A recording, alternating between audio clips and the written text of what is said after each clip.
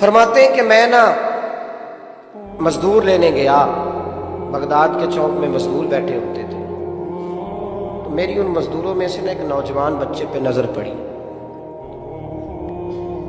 بڑا کمزور سا وجود تھا لیکن چہرے پر عبادت کا نشان تھا، ماتھا بتاتا تھا کہ نماز کا بڑا خیال رکھتا ہے۔ میں اس کے قریب گیا، چہرے بھی بڑا کچھ بتاتے ہیں نا، چہروں میں بھی بڑی رانائی ہوتی ہے۔ فرماتے ہیں میں قریب گیا، میں نے اس کو کہا بیٹے مزدوری کرو گے؟ تو کہنے لگا مزدوروں میں بیٹھا ہوں تو حضور مزدوری کے لیے ہی تو بیٹھا ہوں۔ تو میں نے کہا کہ چلو پھر، کہنے لگا نہیں میری کچھ شرطیں۔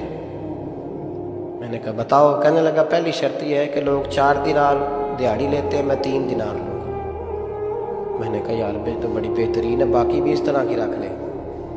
اس نے کہا حضور دوسری شرط یہ ہے کہ میں آپ کی مکمل بات مانوں گا لیکن جب اذان ہو جائے گی پھر آپ کی نہیں سنوں گا۔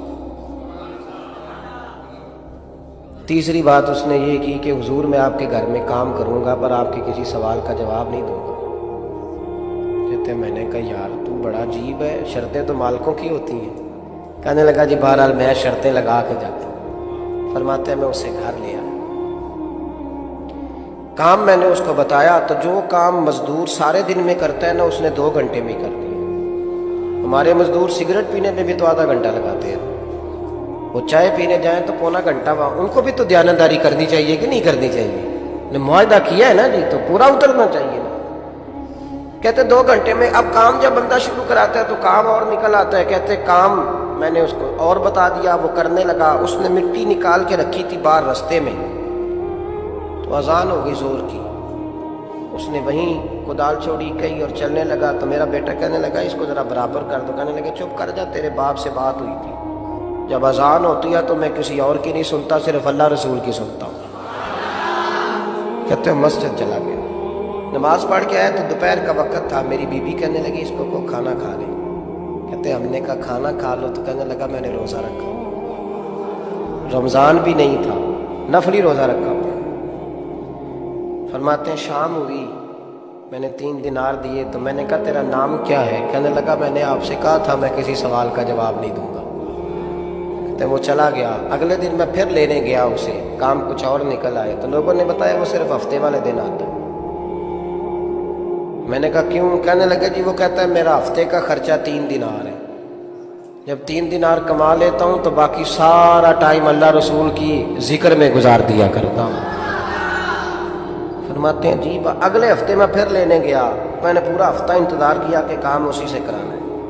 میں جب گیا تو میں نے کہا چلو، وہ کہنے لگا میری شرطیں یاد ہے نا؟ اور میں نے کہا یاد ہے بھائی ساتھ چل۔ فرماتے ہیں کام کرایا، 2-3 ہفتے وہ آتا رہا۔ ایک ہفتے میں گیا تو لوگوں نے کہا حضور آج نہیں آیا، کیوں؟ کہنے لگے بیمار ہو گیا۔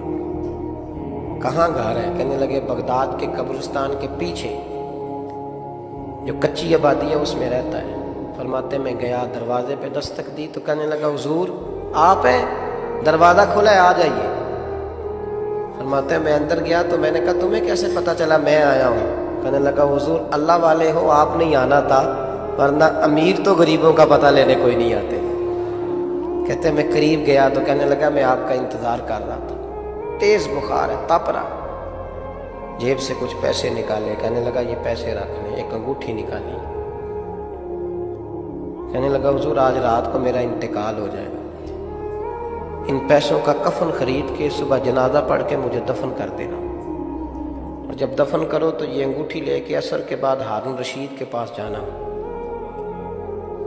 آپ اسے کہنا میں نے ملنا ہے پر وہ آپ کو ٹائم نہیں دے گا، آپ اس کو آواز دیجیے گا کہ تیری ایک امانت ہے میرے پاس، پھر وہ آپ سے ملے گا تو انگوٹھی دے دیں، پھر آپ میری طرف سے فارغ ہیں۔ حضرت فرمانے لگے تیرا نام؟ اور کہنے لگا حضور وقت تھوڑا ہے، آج رات میں نے جانا ہے، بڑی لمبی معافی مانگنی ہے رب کریم سے، اگر مناسب سمجھے تو مجھے اپنے رب سے تنہائی کر دے۔ فرماتے ہیں میں آ گیا اور اس کی باتوں نے مجھے ساری رات سونے نہیں دیا۔